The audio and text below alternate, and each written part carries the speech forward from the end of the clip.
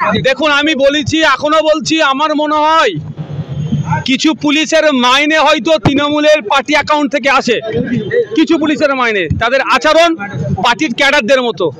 রাজ্য সরকারের কর্মচারী আমাদের পুলিশ বন্ধু যেটা হওয়া দরকার সেই আচরণ তাদের কাছ থেকে আমরা পেলাম না। যেখানে তৃণমূলের নেতারা বোর্ডে করে তাদের ফ্ল্যাগ নিয়ে ধামাকালি থেকে বোর্ডে করে তারা সন্দেশকারীতে ঢুকছে, সেখানে আটকাচ্ছে না। মন্ত্রীরা দেদারে যে সেখানে কীর্তন পরিবেশন যেখানে হচ্ছে সেখানে অংশগ্রহণ করছেন, সেখানে সমস্যা হচ্ছে না। আমরা যারা বিরোধীরা আছি সেখানে সন্দেশখালীতে যেতে চাইলে 62 থেকে 65 কিলোমিটার দূরে আমাদেরকে আটকানো হচ্ছে। কি এক দিচ্ছে আমরা গিয়ে নাকি ওখানে 140 বোর্ড ব্রেক করতে পারি, ভয়ঙ্কর কিছু করতে পারি। ব্যাপারটা হচ্ছে আমাদের ফ্রিডম অফ মুভমেন্টের ওপরে এটাকে ব্যাঘাত দিল, ভায়োলেট করলো আমার অধিকারকে, আমার চলাফেরার অধিকারকে। কলকাতা পুলিশের ওখানে যারা ঊর্ধ্বতন যারা অফিসাররা ছিল তাদের দ্বারাই ভায়োলেট হয়েছে। তবে একটা কথা, আইনি লড়াই লড়বো। যে পুলিশ অফিসার আমাকে ওখানে আটকেছে, আমার দুটো প্রোগ্রাম ছিল, আমি ডিজির কাছে মেল করা ছিল, আমি প্রশ্ন করছিলাম যে আমাকে কোন কোন প্রোগ্রামে আটকে যেতে দিচ্ছেন না কেন। দ্বিতীয় প্রোগ্রাম আমার পার্টির ছিল, সেখানে দেয়নি। এই সমস্ত বিষয়গুলো নিয়ে আমি কলকাতা হাইকোর্টে মামলা করব। সেই কনসার্ন অফিসারের সাথে আমি আইনি লড়াই বুঝবো, কারণ যে আমার চলাচলের স্বাধীনতাতে ব্যাঘাত দিচ্ছে, আমার পার্টি মিটিং আমাকে যেতে দিল না, আর সন্দেশখালী থেকে 62-65 কিলোমিটার দূরে আমাকে অনৈতিকভাবে আটকালো, তার বিরুদ্ধে আমি আইনি লড়াই লড়বো। তবে একটা কথা, ভয় পেয়েছে তৃণমূল কংগ্রেস, ভয় পেয়েছে, সেই জন্য বিরোধী নওশাদ সিদ্দিকী যেতে যাচ্ছে না। সন্দেশখালীতে গেলে সন্দেশখালীর আদিবাসী মা বোনেরা পাশে এসে দাঁড়াতো, তাদের অভাব অভিযোগের কথা, তাদের সাথে অন্যায় যেটা হচ্ছে আরও বেশি করে আমাকে বলতো। সেখানকার সংখ্যালঘু মানুষের ওপরে যে অত্যাচার করছে শাহজাহান শিবুরা, সেই কথাও ফুটে উঠতো, রাজ্য সরকারের মুখ থুবড়ে পড়তো। সেই বিষয়গুলো নিয়ে আমরা সোচ্চার হতাম, সেই জন্য তারা ভয় পেয়ে আমাদেরকে আটকাচ্ছে। তবে এই আটকে বেশি দিন রাখতে পারবে না। 144 কি আর 144 ভঙ্গ করলে 188 তাকে লাগানো যায়, কিন্তু 144-এর নামে একজন জনপ্রতিনিধিকে আটকে রাখতে পারে না। এটা এর যে আটকানো হচ্ছে এর বিরুদ্ধে আইনি লড়াই লড়বো। কিছু দেখাতে পারলো না, সিআরপিসি 151 দেখিয়েছে, এর থেকে বেশি কি আছে দেখা। আমাকে সিআরপিসি 151 ছাড়া তো কিছু দেখাতে পারেনি। এটাই যে আমাকে অ্যারেস্ট করেছে কিছু সময়, আমি যেতে যাচ্ছিলাম, আমার প্রোগ্রাম ছিল, দুটোকেই বানচাল করলো। ব্যাপারটা হচ্ছে আমি তো এতদিন যাইনি। প্রশ্ন করতে পারে যে এতদিন যাননি, তাহলে এখন যাচ্ছেন কেন? এতদিন যায়নি। আমার কিছু পুলিশের ঊর্ধ্বতন কর্তা আমাকে এক প্রকার রিকোয়েস্ট করেছিল, আমিও চাই সন্দেশখালীতে শান্তি ফিরুক, কিন্তু দেখছি পুলিশ ব্যর্থ হচ্ছে, রাজ্য সরকার মমতা ব্যানার্জি ব্যর্থ হচ্ছে, অভিষেক ব্যানার্জির পিসি ব্যর্থ হচ্ছে। সেই জন্য আমরা এবার এগিয়ে যাচ্ছিলাম, যাতে সন্দেশখালীতে আমরা শান্তি ফেরানোর চেষ্টা করছি। ইতিপূর্বে শামীম দাসেন, ইতিপূর্বে আমরা রাজ্য সরকারকে আমি বলেছিলাম সর্বদলীয় একটা কমিটি গঠন করে দিন, সন্দেশখালীতে যে অশান্তি হচ্ছে শান্তি ফেরানোর জন্য তারা করেনি। আমি দায়িত্ব নিয়ে বলছি আমাদের মতো বিরোধীদেরকে ওখানে যাওয়ার সুযোগ দিক, যে যতটুকু যা ক্ষোভ আছে আমাদের মাধ্যমে তারা রাজ্য সরকারকে আমরা জানাই, আশা করছি সন্দেশখালীতে কোনো হবে না। কারণ হচ্ছে একটা, দেখুন ওখানে যারা ওদের জমি চুরি করেছে, এই রাজ্য সরকার তৃণমূল কংগ্রেস তাদের নেতাদেরকে, তাদের মন্ত্রীকেই তাদেরকে বলছে, তারা কতটা আশ্বস্ত হবে? স্বাভাবিকভাবে সাহস পাচ্ছে না। কারণ ইতিপূর্বে যারা তৃণমূল কংগ্রেসের মুখপাত্র, যারা মিডিয়ার সামনে এসে বড় বড় ভাষণ দিচ্ছিল, তারা বলছিলেন যে কোনো অভিযোগ নেই। আমরা কি দেখলাম, 130 জনের মতো জমি মানুষের ফেরত দিয়েছে। প্রায় 400-র অধিক মানুষের জমি, এই ধরনের জমি হাগররা কেড়ে রেখেছিল। এই ধরনের অনেক অভিযোগ আছে। অনেক বোন মা ধর্ষিত হয়েছে এখানে, তারা ভয়ে মুখ খুলতে পারছে না। আমরা গেলে তারা সাহস পেলে হয়তো মুখ খুলবে, সেই জন্য আমাদেরকে যেতে দেওয়া হচ্ছে না। বিভিন্ন জনপ্রতিনিধিদের ক্ষেত্রে দেখছি যারা যাচ্ছেন সন্দেশখালী, তাদেরকে প্রথমে অ্যারেস্ট করা হচ্ছে, কিছুক্ষণের মধ্যেই পিআর বন্ডে জামিন দেওয়া হচ্ছে। আপনার ক্ষেত্রে দীর্ঘ সময় একটা বেলা আপনাকে লালবাজারে আটকে রাখার কারণ? দেখো নওশাদ সিদ্দিকীর ওদের অ্যালার্জি আছে, নওশাদ সিদ্দিকী যাচ্ছে, ওদের একটু অ্যালার্জি হচ্ছে, নওশাদ সিদ্দিকী আটকাতে হবে। তবে যত আটকাবে নওশাদ সিদ্দিকী আইএসএফের লড়াই তত মানুষের কাছে পৌঁছাবে। এই মিডিয়ার মাধ্যমে সন্দেশখালীর মা বোনেদের বলবো, আমার পূর্বে আমাদের রাজ্য কমিটির পক্ষ থেকে যেতে চাওয়া হয়েছিল, তাদেরকে আটকেছে।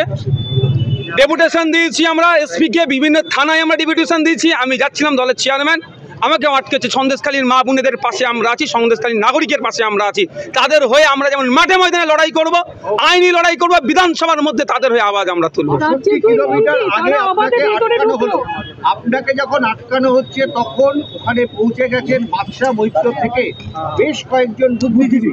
আপনাকে আটকে দেওয়া হলো 62 কিলোমিটার আগে, তারা পৌঁছে গেলেন সন্দেশখালীতে। কি বলবেন? সেটাই প্রশ্ন, বুদ্ধিজীবীদেরকে ছেড়ে দিয়েছে না বুদ্ধিজীবীরা নিজের পরিচয় লুকিয়ে গিয়েছে, সেটা দেখার বিষয়। তাও যে আপনি বুদ্ধিজীবী বললেন, এখনো যদি কিছু অল্প কিছু বুদ্ধিজীবী মানে তাদেরকে যে দেখা যাচ্ছে, এটা আমাদের জন্য সৌভাগ্য।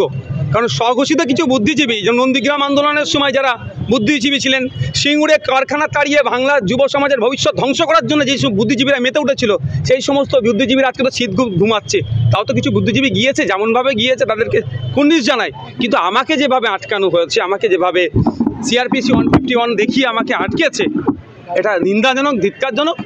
এর যেখানে কনসার্ন অফিসার ছিল প্রস্তুত থাকুন, তার বিরুদ্ধে আমরা আইনি লড়াই লড়বো। অবশ্যই যাব, অবশ্যই যাব। স্বাধীন ভারতের স্বাধীন জায়গাতে সন্দেশখালী পরাধীন নয়, সন্দেশখালী আলাদা কোনো দেশ নয়। সেখানে যেতে গেলে মমতা ব্যানার্জি আমাকে পারমিশন লাগবে। দেখুন দেখুন আমার বিভিন্ন প্রোগ্রাম আছে, শিডিউল আছে, আমি শিডিউলটা দেখে নিই কি আছে, তবে খুব শীঘ্রই আমি যাচ্ছি। অবশ্যই জানিয়ে যাব। আমি চোর ডাকাত তো নই, তার দলে ওই নটোরিয়াস ক্রিমিনালের মতো আমি নই। আমি একজন দায়িত্বশীল জনপ্রতিনিধি। আমার কাজ হচ্ছে আমি যেখানে যাই, যেখানে আমার মুভমেন্ট হয়, রাজ্য পুলিশের যিনি সর্বোচ্চ কর্তা আছেন তাকে জানিয়ে যাই। আগামীতে যেখানে যখনই যাব, রাজ্য পুলিশের যিনি সর্বোচ্চ কর্তা আছে তাকে জানিয়ে যাবো। লুকোচুরি করে যাওয়ার কি আছে? শওকত যেতে দিচ্ছে, আপনাকে যেতে দিচ্ছে না কেন? সেটাই তো প্রশ্ন। যার নামে নটোরিয়াস ক্রিমিনাল লিস্টে যিনি আছেন তিনারা যেতে পারবেন, বা তাদের দলের লোকেরা যেতে পারবেন। নওশাদ সিদ্দিকীর ক্ষেত্রে বা বিরোধীদের ক্ষেত্রে বাধা হয়ে দাঁড়াতে হচ্ছে। নিরাপদ সর্দারের বিরুদ্ধে FIR করা হয়েছে 9 ফেব্রুয়ারি, কিন্তু পুলিশের কাছে অভিযোগ এসেছে 10ই ফেব্রুয়ারি। একটা পুলিশের কাছে অভিযোগ আসার আগে কিভাবে FIR হয়? দেখুন, ব্যাপারটা হচ্ছে ওখানকার যারা পুলিশের কর্তারা আছেন তারা ইচ্ছাকৃতভাবে আমার মনে হয় ভুল করেছে। মমতা ব্যানার্জির অত্যাচারে যদি না অ্যারেস্ট করে, হয়তো তার ট্রান্সফার করে দেবে, সেই জন্য অ্যারেস্ট করেছে, কিন্তু একটা ফাঁক রেখে দিয়েছে। আমার তো মনে হয় ওই পুলিশের কর্তারা ইচ্ছাকৃতভাবে করেছে, নাহলে এত ভুল করবে না। কারণ ওরা তো সাদা খাতা জমা দেওয়া পুলিশ নয়। বামেদের আমলে চাকরি পেয়েছে, সেখানে যোগ্যতার বেসিসে চাকরি পেয়েছে। এখানে তৃণমূলের আমলে যদি চাকরি পেত তাহলে একটা ভয়ের আশা ছিল, মানে আতঙ্কের ছিল, হয়তো সাদা খাতা দিয়ে এটা জমা দিয়েছে। বিচারপতি বলছেন তীব্র ভৎসনা আজকে এই নিরাপদ গ্রেপ্তার করা নিয়ে পুলিশকে গ্রেপ্তার করেছে, তাকে কেন গ্রেপ্তার করা হবে না, এই প্রশ্ন তুলেছে কলকাতা হাইকোর্ট। এই ধরনের আরো প্রশ্ন উঠবে কলকাতা হাইকোর্টে। পুলিশ যেভাবে শাসকের ব্লক প্রেসিডেন্ট হিসাবে কাজ করছেন, শাসকের জেলা সভাপতি হিসাবে কাজ করছেন, তার জবাব আগামী দিনে আইনের মাধ্যমে বুঝে নিয়ে হবে। বারবার রাজ্য সরকার বা প্রশাসন কোর্টের কাছে মুখ থুবড়ে পড়ছে, তারপরেও এরা এই যেভাবে নোংরামি করছে, আইনের অপব্যবহার করছে। CRPC 151 আছে আমি জানি, কিন্তু কাদের ক্ষেত্রে প্রযোজ্য, কার ক্ষেত্রে ইমপ্লিমেন্ট করা দরকার, সেটাও একটু তাদের দেখা দরকার। শাসক দল বলছে যে সন্দেশখালী তুলনামূলকভাবে ধীরে ধীরে শান্ত হচ্ছে, আর আপনারা গিয়ে চক্রান্ত। কাকে যেতে দিয়েছে? কাকে যেতে দিয়েছে? একমাত্র LOP গিয়েছেন, তা কোর্ট অর্ডারে। বাকি যত অপোজিশন আছে কাউকে ঢুকতে দিয়েছে? কেউ হয়তো লুকিয়ে চুকিয়ে গেলেও তাকে রাজপথে আটকে দেওয়া হয়েছে। আমরা তো এতদিন যাইনি, নওশাদ সিদ্দিকী এতদিন যায়নি, তারপরেও কেন সন্দেশখালীকে কন্ট্রোল করতে পারছে না? এই জবাবটা কি রাজ্য সরকার দিতে পারবে? আমরা দায়িত্ব নিয়ে বলছি, আমাদের মতো অপোজিশন, দায়িত্বশীল অপোজিশনকে ওখানে যদি পাঠানো হয়, আমরা চেষ্টা করবো আমাদের সর্বোচ্চ দিয়ে সন্দেশখালী যাতে শান্তি ফেরে। আমরা অশান্তির পক্ষে নয়, আমরা দায়িত্বশীল অপোজিশন। সন্দেশখালীতে যে শাহজাহানরা যে জমি দখল করেছিল, এই মুহূর্তে সরকার সেই জমি ফিরিয়ে দিচ্ছে, তাহলে কি তৃণমূল এই নীতি নিচ্ছে যে গোটা বাংলা জুড়ে যেখানে যেখানে জমি দখল করেছে তৃণমূল সেটা ফিরিয়ে দেবে? তবে একটা কথা বলবো, এইটা যে জমি ফিরিয়ে দিচ্ছে, বাংলার যেখানে যেখানে জমি হাঙ্গররা জমি নিয়েছে তারাও গণতান্ত্রিক প্রক্রিয়াতে সংবিধানকে সামনে রেখে আপনারা প্রতিবাদে সোচ্চার হন। আপনাদের জমিগুলো আগামী দিনে সরকার ফিরিয়ে দেবে। যাদের চাকরি চুরি গিয়েছে, যাদের মেধা চুরি গিয়েছে, তাদের উদ্দেশ্য বলবো, দেখুন সন্দেশখালী থেকে শিক্ষা নিন, গণতান্ত্রিক প্রক্রিয়াতে আন্দোলন করুন, সংবিধানকে সামনে রেখে আন্দোলন করুন, আপনাদেরও চাকরি আপনারা ফিরে পাবেন। সময় কথা বলবে, তার আগে আমাকে যারা আটকেছে, আমার ফ্রিডম অফ মুভমেন্টে যারা ভায়োলেট করেছে তাদেরটাকে বুঝে নি। সন্দেশখালীতে অবশ্যই যাবো। আমি তো সেটাই ভেবে পাচ্ছি না যে 151 আমার নামে লাগিয়ে দিল, আমি কি আচরণ করেছি। শিবপুরে যখন বামপন সরকার কারখানা করতে চেয়েছিল মমতা ব্যানার্জি বাধা দিয়েছিল, কিন্তু আজকে সন্দেশখালীতে শিবু আদ্রা শাহজাহানের নেতৃত্বে জমি দখল করছে, আদিবাসীদের জমি নিচ্ছে, সেখানে মমতা ব্যানার্জি যাচ্ছে না, কি বলবেন? ওদেরকে নিতে মমতা ব্যানার্জি দলের লোকেরাই তো জমিটা চুরি করেছে। মমতা ব্যানার্জি যাবে কোন মুখ নিয়ে? মমতা ব্যানার্জি দলের নেতারাই তো রাত্রেবেলা পিঠে করার জন্য ডাকতো। মমতা ব্যানার্জি দলের নেতাদের দ্বারাই তো অত্যাচারিত হয়েছে, কোন মুখ নিয়ে যাবেন উনি?